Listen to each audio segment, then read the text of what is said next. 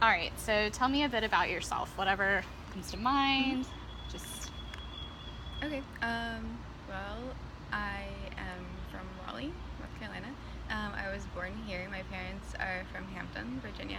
yeah. They are both the children of military families. Hmm. Um, and my one of my grandmas is from India. She was a war bride and met my granddad while he was stationed there in the Navy. Yeah. Um, and then the other side of my grandma is she's like the child of immigrants from Wales and Germany, and then both of my granddads are from the Appalachians. Wow. Yeah. Very cool. Yeah. Yeah. Um, so we all carry different aspects of our identity.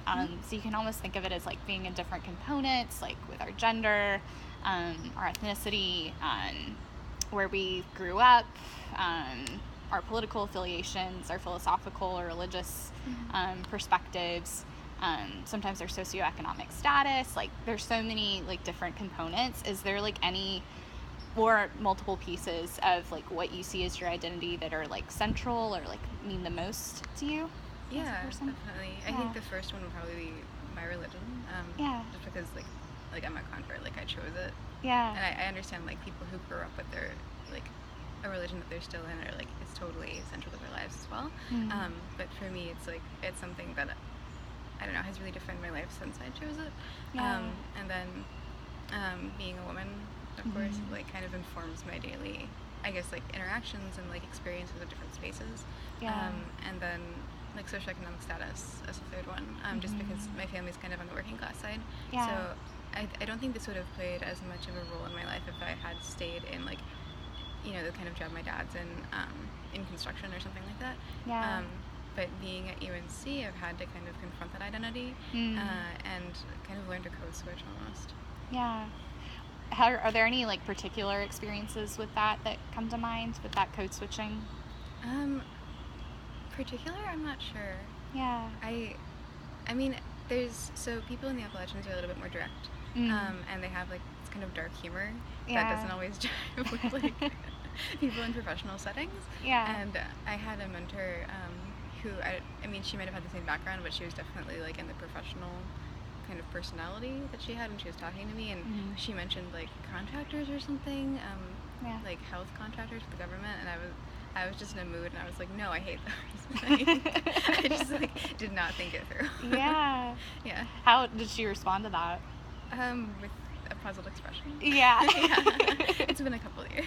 Yeah, that's interesting. Yeah, it was awkward. Yeah, you talk about just gender and like walking into different spaces. Are there any experiences with that maybe you've been more aware of your gender, or like kind of some, I don't know, like does anything come to mind with that? Yeah, definitely. Yeah. So in high school, I was part of a group of friends that were kind of hippies, and it wasn't as like gender distinctions and gendered interactions weren't as pronounced, I guess. Yeah. And then once I moved into UNC, I started realizing that like there were very few men with whom I could be friends, and like actually trust.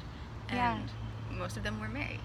Yeah. Interesting. Yeah. Yeah. So I think definitely that aspect of my identity has become, I've had to shape it and think about it a lot more since then, kind of since entering that environment. Yeah. How do you feel like you have a very interesting and like diverse family background. Like how do you feel like that's maybe shaped your views on the world, if it has, like in what ways? Yeah, definitely. It's a little bit schizophrenic. Yeah. To be honest, because like, it's all this kind of like cosmopolitanism coming from my family's experiences, kind of with the immigrant side of things. Right. And I don't know, just like growing up with like all these Welsh and German influences in my house, as well as just eating Indian food and all this stuff. Yeah. This type of mobility that I don't see, I guess, maybe accessible to a lot of people in the U.S. Where at the same time that mobility was spurred by both of my granddads coming from working class families in rural areas, Yeah. and joining like my granddad joining the army and the other one joining the Navy. Right.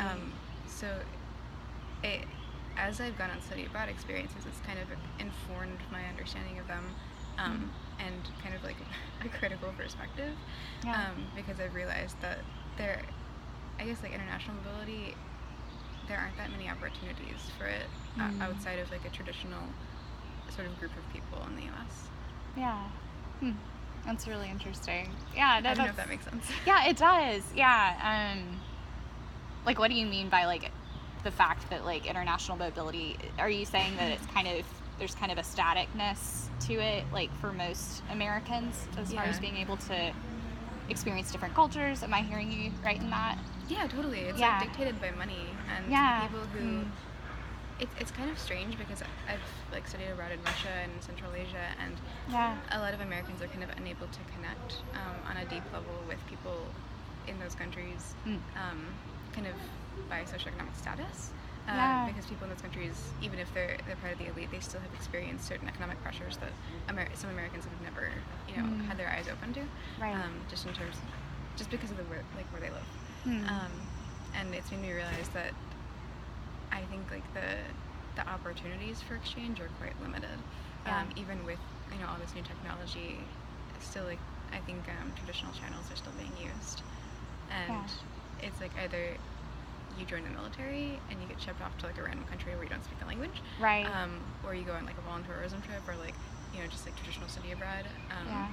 That might not, even though like your student status will sometimes give people kind of more of a window into the culture than they would have had otherwise, in like barracks or whatever. It's still, I don't know, it's not reaching a certain population in the U.S. And I think that's pretty problematic in terms of the way, I mean, you saw in the last election, like the way our views about I was about to think about that. are shaped. I think you could go into, there are like a lot of different layers to that issue, and you could go into, this could probably like be a dissertation. Yeah. Honestly. Oh, totally. Yeah. Oh my gosh, it could be like a whole, like, I mean, a dissertation as a book, but like, oh my gosh, like chapters and chapters. No, yeah. seriously. Yeah. Has there ever been a moment that like a certain aspect of your identity you felt maybe was like seen in a way that was different from how, or represented in a way that was different from how you feel that it maybe it didn't align with how you see it, or I don't know if that makes sense, or if you need clarification on that? No, I get a lot of like comments from mostly like white women in their like 30s and older about just like the headscarf and like what it means. Yeah. And it's kind of weird because sometimes they'll accept, if I explain it to them, they'll accept my own explanation of the headscarf and interpretation. Yeah. And kind of validate it for me as an individual. Right. But then they'll make these comments about like how women who wear like the niqab, like the full face veil, are just like, they look really hot or something like this. Yeah. Because it's not from a place, it's hot. Yeah. That wasn't like invented in Saudi. Yeah. So it like but I feel like that's still an aspect of my identity, like Right. they're wearing that clothing for kind of the same reason that I wear a headscarf. And I feel like it's like a strange way of invalidating my own identity and religious principles by projecting it onto like other people.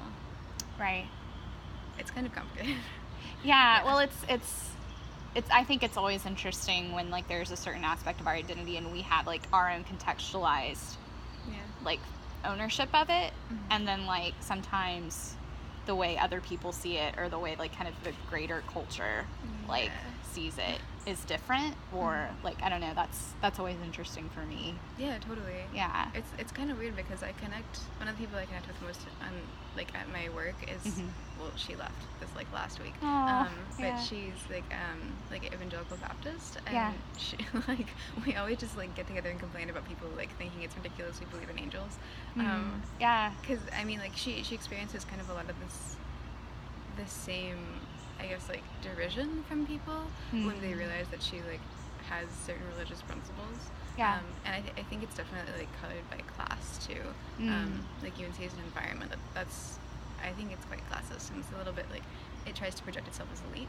And a lot of people there are like agnostic or atheists, and like pretty like open about it, and open about like thinking, I guess, not only like Christian principles are ridiculous, but like Christians themselves and like groups are ridiculous. Like they equate all Christians to like the guy out in Eastern North Carolina who says that like Sharia law should be banned.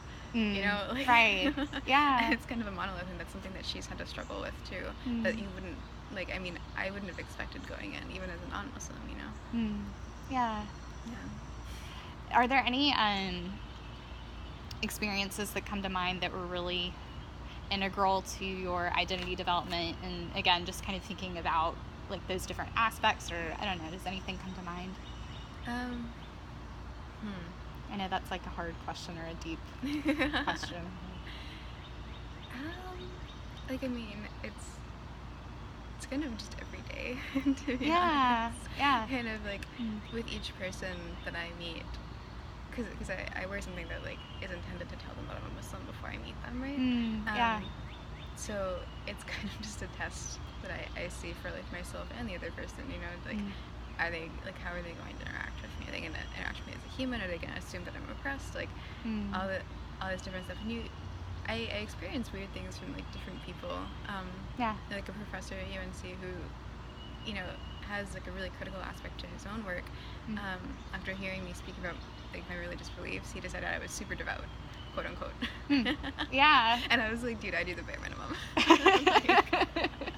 So like it's that's interesting, because it's like I feel like what is seen as devout, you know, by somebody else may like it's there's always just kind of a different side to people's perspectives or how they see things and how how we receive them, and like that's totally. It's always funny. It's always super subjective, you know, because like I can see people who like don't like will like follow basic moral principles but might not connect them to like how the world is structured, you know.